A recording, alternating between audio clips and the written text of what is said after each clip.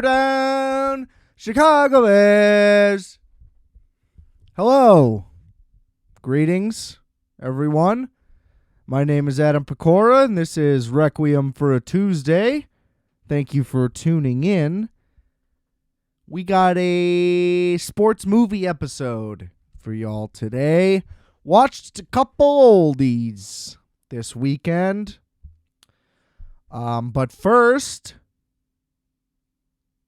let's do some plug-in. Instagram, adam.rfat. Follow me up, baby. Rate, review, and subscribe to this very podcast on Apple Podcasts, on Spotify, and any place you can find podcasts. You'll likely find this one there as well. So go ahead, give me a review, give me a sub, and that would be greatly appreciated. If you love the show that much, you can also get a little bit of merchandise at rfat.bigcartel.com. There's music as well. Check all the links in the description below. Lots of good stuff for everybody to stay entertained, hopefully. Before we get into the films at hand, as the opening fight song may have indicated, preseason week 1 went off without a hitch. The Bears look spectacular. The roster, there's not really a hole at any position. Yeah, the O-line lacks depth, I would say. Every position kind of lacks depth, really. Running back's all right. Receiver depth isn't great. D-line depth, we'll see. That might be very deep. It might actually be weak overall. That's still the weakest part of the team. Linebacker, same thing. Just strong, but the depth's actually all right there. Maybe not on the outside. Secondary, depends how good the rookies are. But if they're as good as everybody's saying, we're in great shape. And the safeties, same thing. No depth. But position by position, we're pretty solid. And, DJ Moore, I love him. God bless. 2 first-round picks next year. Look, I'm hoping for a wild card push this year. Best case. At least good. They need to, as I said last year, they need to just look good. And as long as we get 7 to 9 wins, that'll be great. 6, whatever. 2 first-round picks. Next year's the year they need to be guaranteed playoff team. So we'll see. Point being, the offense is looking spectacular. I've never had a feeling like this. I've said this many times, just as a Bears fan. The hope, the optimism. I felt it twice my entire life, 3 times. Super Bowl year, NFC Championship game year, double doink year. All of them heartbreaking. I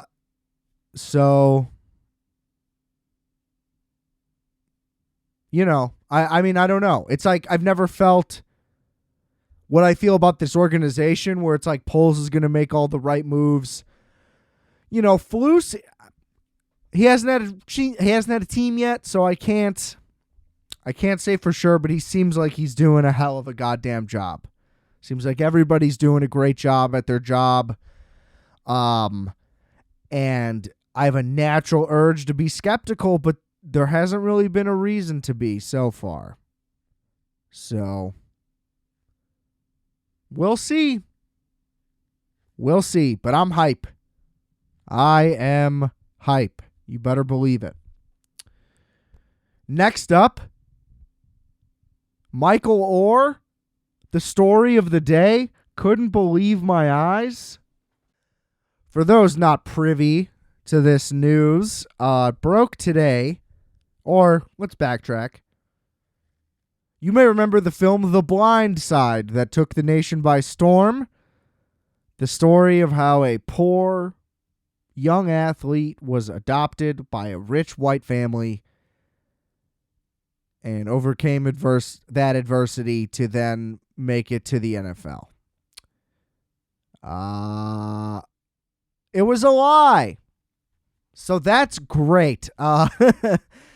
This was very fascinating and honestly kind of shocking that this doesn't happen more, but it's just even better that because it was so widely publicized, they made the movie, they wrote the book, they did whatever else. God knows how much money they exploited. That this is actually now a fraud story.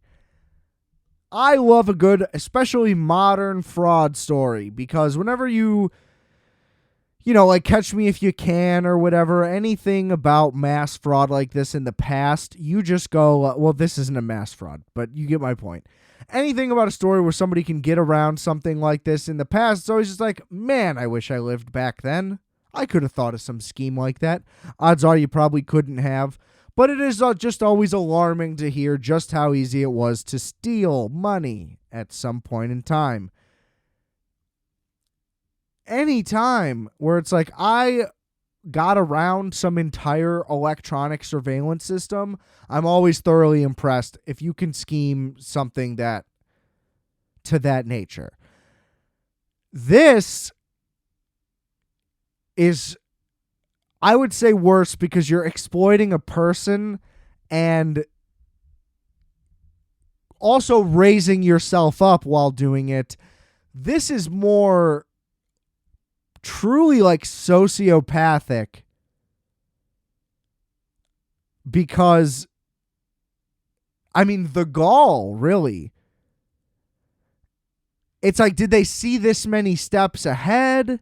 Were they planning it the whole time? Like, did they want to just take in an athlete because they really felt bad? I don't know the whole situation. I didn't even see the fucking movie because frankly, I don't really care. It's not about football. I'm not that interested. It's about the fucking mom. Like, I don't give a fuck. I don't like Sandra Bullock. Anyway, that is apparently a very controversial take, but she gets under my skin. I don't know what it is. She bothers me. Okay? I don't think she's that good looking either. I don't understand the beautiful Sandra Bullock thing. It's like actresses are attractive just naturally, I understand. But, put her in a lineup. I'm not picking. Anyway. So apparently, what had happened was Michael Orr, 17, turning 18, as he's being recruited into college or whatever happened there. I believe he was homeless is the thing. Not 100% on that. But his living situation was not good if there was one. So they take him in. Now the story goes they adopt him, treat him as one of their own, and he lives in this nice cushy life. And it's like a fish out of water tale is the movie, I gather. And then they help him. They both help each other grow and whatever, and then he ends up in the NFL, blah, blah, blah. What is now coming to light is that he did not sign any papers saying, yes, I am being adopted by this family and I'm chill about this or whatever, which I didn't know that was part of it. Do kids have to consent to being adopted? I mean, that does make sense to me and that's good, but I always felt like that wasn't true. So, hey, big ups for the whatever. The orphan system of America. Good for you on this one. You got something right, whatever that is. They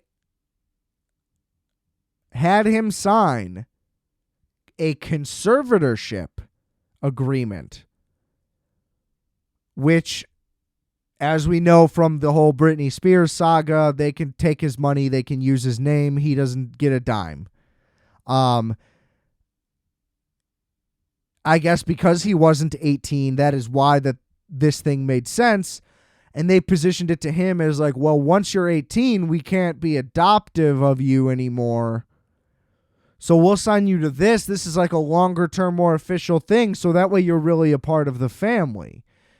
The key factor in all of this is that's the whole thing. The conservatorship mentions is not legally binding to him as their kin or whatever in any way.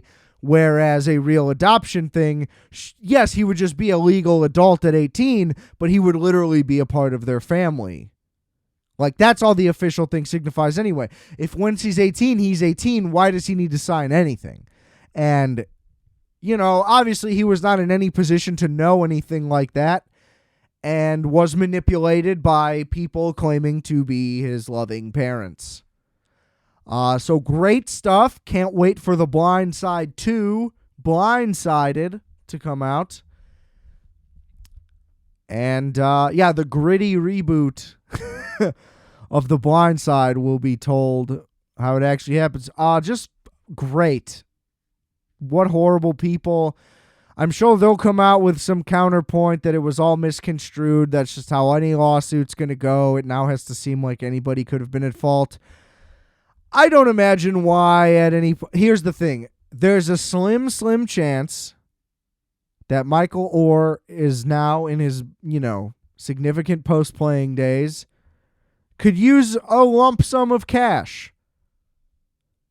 So there's a chance that he was aware the whole time and then, had to construct a story that would allow him to get a lawsuit out of it.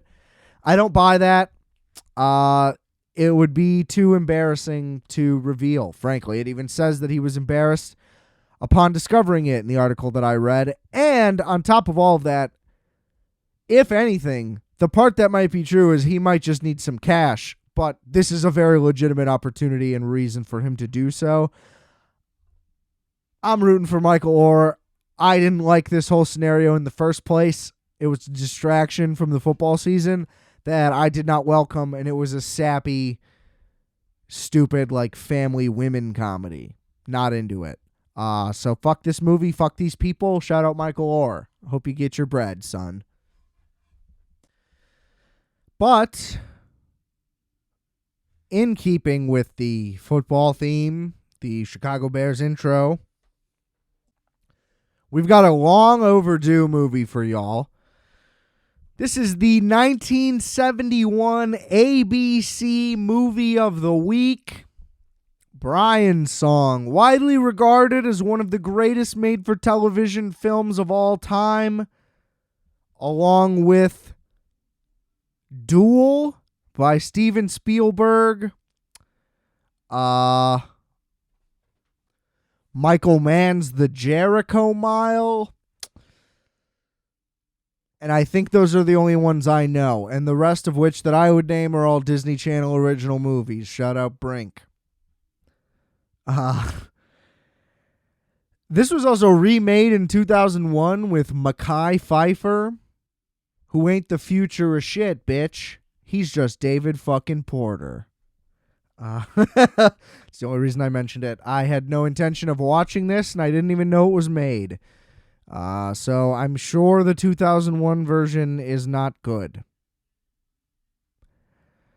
This movie, on the other hand, was pretty good. Look, I just introed it with high praise from history, but I was shocked. Unfortunate that I hadn't seen it up to this point anyway, especially being a Bears fan, hearing about it my entire life. Seems like it's a much talked about movie. It's referenced quite a bit on a lot of things. Very impactful film for the time. What I did not know about this movie was the racial element. I feel like I'd not really seen that discussed in a lot of things. But good for them. It honestly had never crossed my mind. So I guess let's just get into it for those who don't know. This movie is based on a memoir of Gale Sayers. Gale Sayers, a legend in Chicago, was a running back for the Bears, was like the fastest dude ever, basically, at the time. So he just ran past everyone for years and tore shit up. Was a great kick returner as well. And, back in the day, the medical capabilities were limited. He blew out his knee and was never able to play again. I don't know. Could have been as catastrophic those injuries still exist today. They're just much more rare. Could have been to that level. Who knows? He may have just torn his ACL, in which guys are back in 6 months now. May have ended his career. I don't know. Not relevant, really. So this is about him entering the NFL. It begins as he shows up as a rookie, fellow rookie, Brian Piccolo. By the way, Gale Sayers, Billy D. Williams. Okay. Little Lando action before that happened. I mean, this has to be one of his first roles. I didn't look into that either. Actually, I'm going to check right now. What was Billy D. Williams' first role? Return to painting. Well, I don't know anything about Billy D. Williams. Is he a prolific painter? I'm sure most people know this. There may be a profile on Billy D. Williams coming up. His film debut was in 1959, so either way off. Anyway, James Caan. Yes, the James Caan. Co-stars as Brian Piccolo, a fellow rookie who greets him as he pulls up to the facility, pulls a little prank on Gale Sayers, tells him that George Halas, famed owner and founder and coach and GM of the Bears, has bad hearing in one ear, so Gale Sayers spends the whole meeting kind of walking around him, trying to get on his good side, and then at the end it's revealed that obviously that was a prank.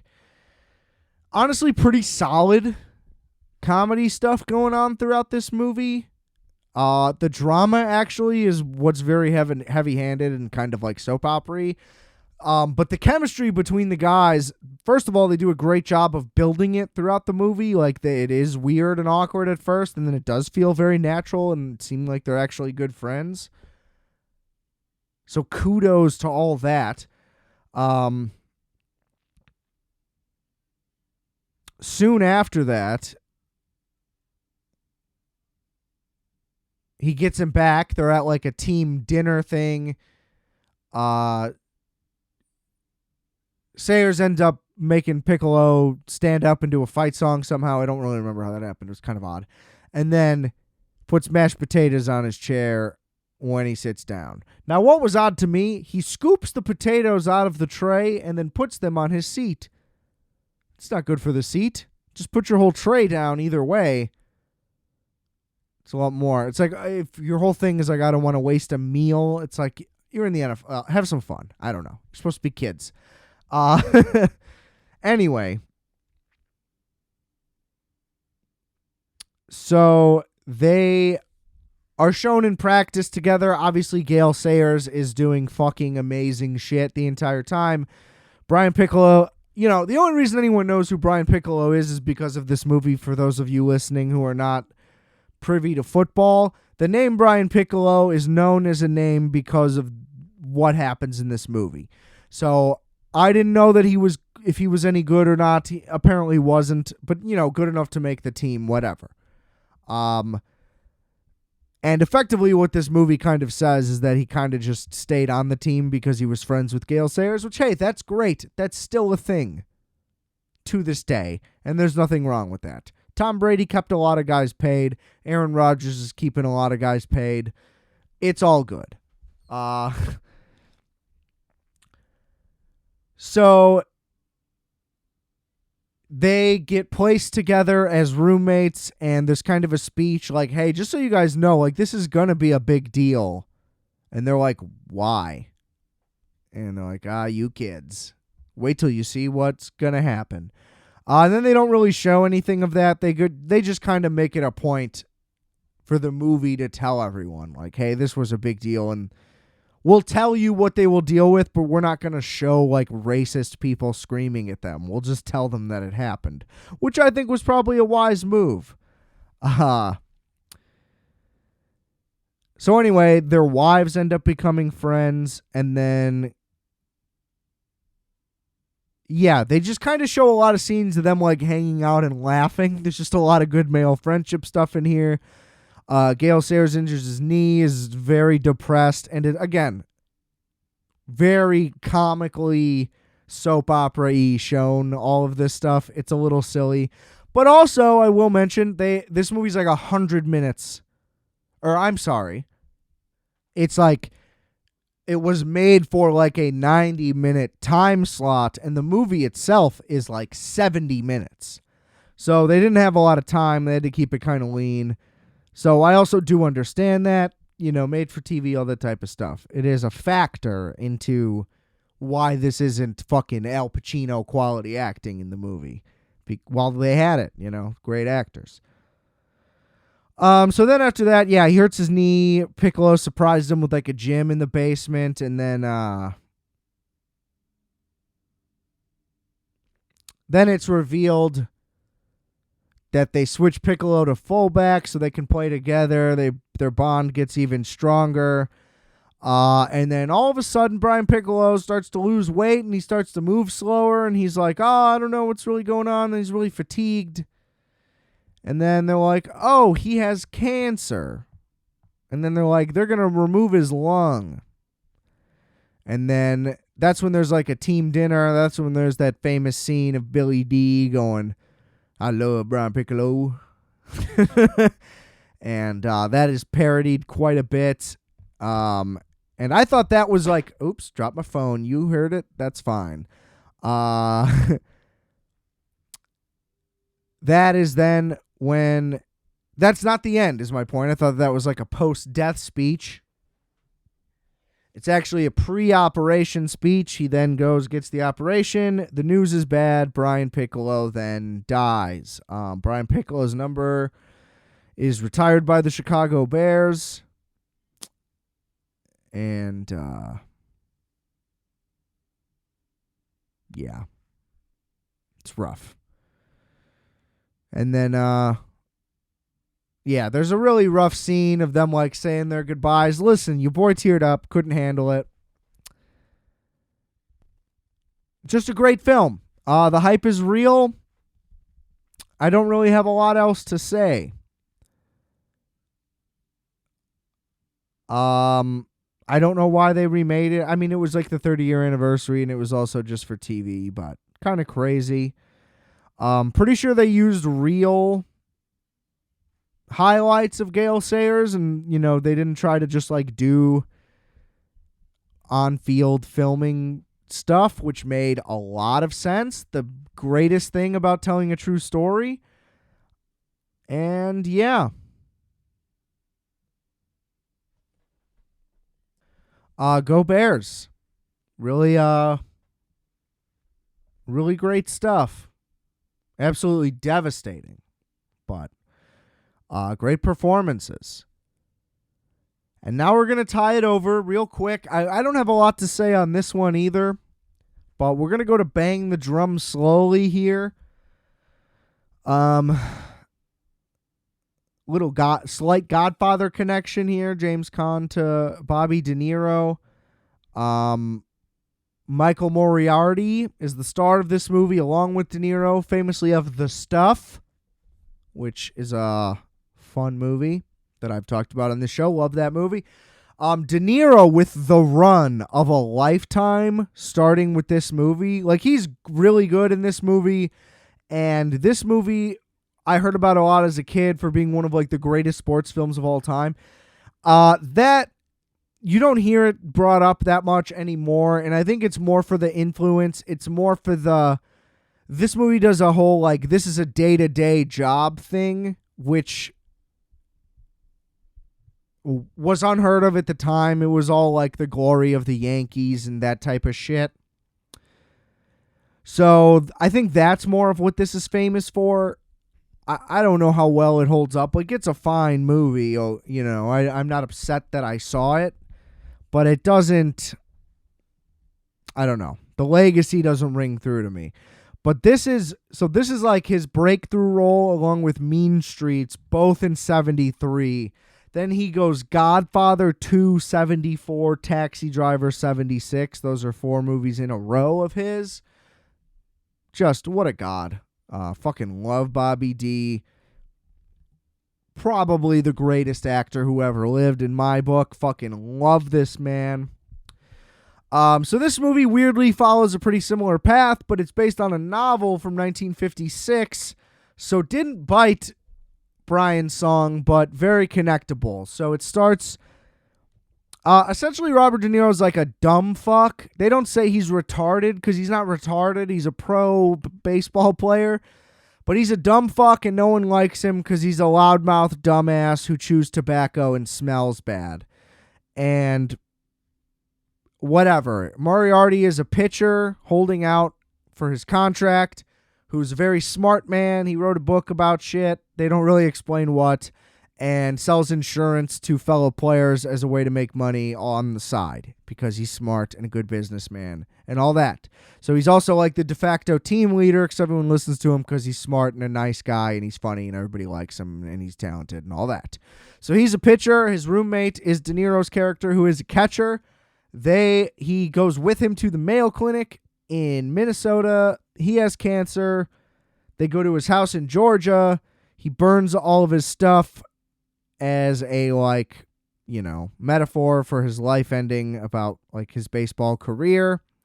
He meets his family. This is all very brief in the intro, and it's kind of slow and kind of a slog. And then they go to, like, a hotel, and they just intro some more characters and some more themes. Like, they play this made-up card game to swindle people and, like, whatever.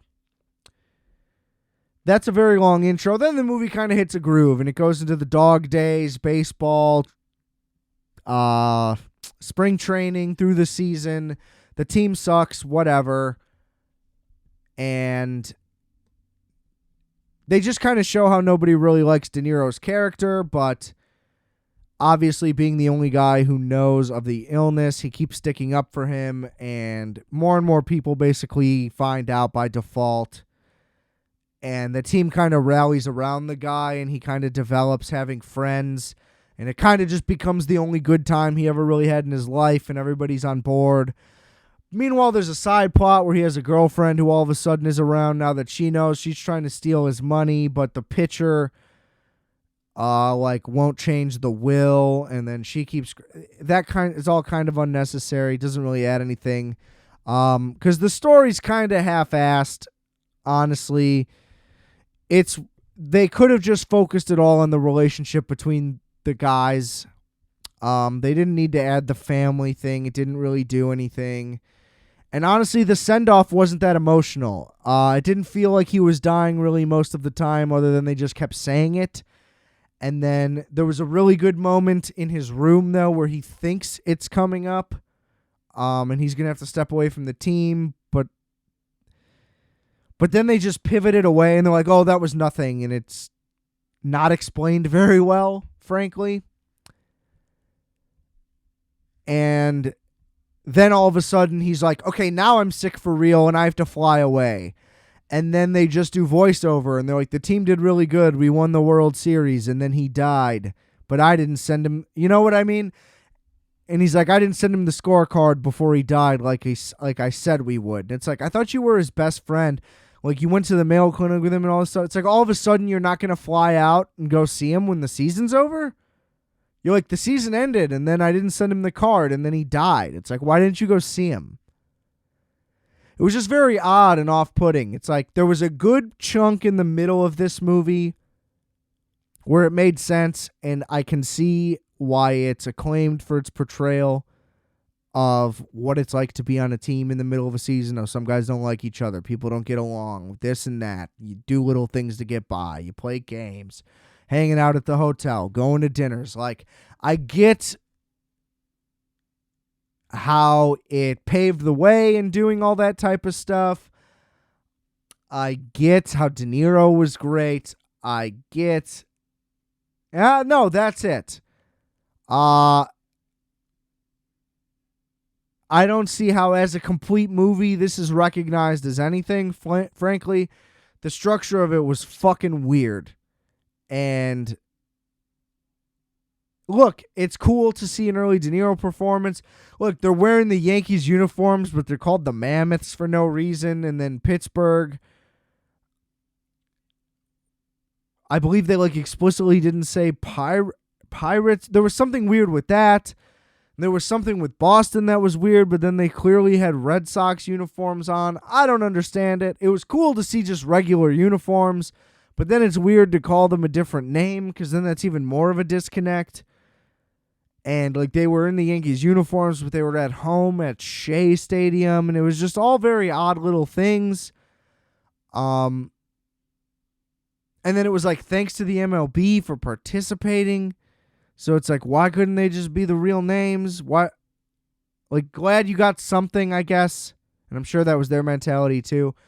Just odd little things about it that were very just like 1970s. Like, well, we're just making the movie, so it doesn't really matter what happens. Like, this is all we're really trying to do. That's all fine and good, I guess. I don't know.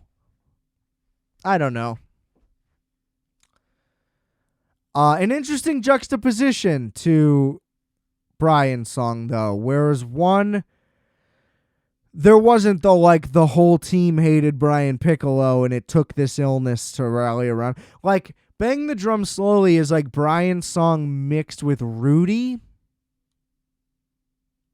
I guess. It's like Bang the Drum Slowly is like Robert De Niro's character is Brian Piccolo mixed with Rudy because everybody hated him at first and then he got cancer and people liked him and rallied around him. Which, either way, I love. According to Joe Montana, nobody actually ever liked him no matter what. Like, that whole part of the story is made up. I love that.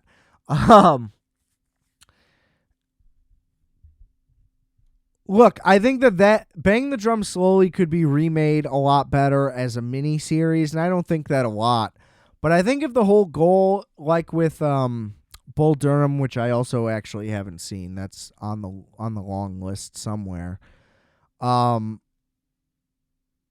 where you're trying to just show what it's actually like to be a part of a team. I am always very interested in those type of stories, and there aren't too many of them really out there, or ones that are really trying to do it seriously. But I think even the way like Winning Time, that show on HBO is now, is great, because you're watching what people talk about in the locker room and how these dynamics really are and how the business elements of it are all there. Because that was also a part of Bang the Drum Slowly. There's some contract negotiation stuff, but it's all a little half-baked and all like a little bit there, and was considered a huge thing at the time for being portrayed, period. But I think more depth and like more focus on it would be more interesting, because you almost don't need the player to be dying in Bang the Drum Slowly. I think that that's almost the bigger flaw. Is like, what if, I don't know, like, what if the pitcher just saw something in him that no one else did? Like, I don't really know how to explain that, because obviously just through scouting and whatever that would be there. But they make it a point in the movie, like, he never really got a lot of playing time, and once he did, he started to play a lot better than anybody thought, because he was actually pretty decent, which then led to people getting along with him more. So all of that's there anyway. It's like you almost just need a reason for him to be in the lineup. Like, he should be the backup that nobody likes, because either way, like they mentioned, they're planning to trade him down, and the player they're planning to trade him down for is a country boy who sings the song Bang the Drum Slowly, which is why the title makes sense. Either way, or they just kind of reference the title in the movie, which is always kind of nice. But either way, my point is just, he could have been the guy that they were about to trade down. Only this one pitcher, vouches for him and tells him everybody should get a chance, everybody hates him, they're going to send him down. Then all of a sudden, boom, a starter gets injured, he starts catching for everybody and starts hitting well, and the team gels together, and so on and so forth, and the rest of the movie can still happen as is. To me, you're trimming a lot of fat. You don't need the girlfriend subplot. You don't need the family subplot. You can still do all the front office stuff with negotiations. You could do the day-to-day stuff with the manager and the teammates, the hotel, the travel. All that good stuff is all still there. And all the parts that didn't work of this movie are gone. Obviously, it would be a big change from the source material, which they were apparently very faithful to. I don't know. Watch Brian's song. Free to watch on YouTube, actually. Somebody just uploaded it and they let it happen. Bang the Drum Slowly, I did have a DVD copy I got for like $3 on eBay, but I'm sure it's a cheap watch somewhere else as well. Rapid fire ending to this episode. Thank you for tuning in. I'll be back next week. We're not doing bi-weekly going forward or anything like that. So yeah, the next few weeks in a row will be good. Labor Day, no episode, because I will be out of town partying. But then otherwise, we are back to weekly as normal. Rate, review, and subscribe to Requiem for a Tuesday. Please, please, please, and thank you. Tell your friends, share the episodes. Let's get the word out of here. We got to get these numbies up. YouTube as well if you're interested. Everything's linked in the description below. Check out all that good stuff that I be working on. And remember, I are fat, you are fat, we are fat. Calculator.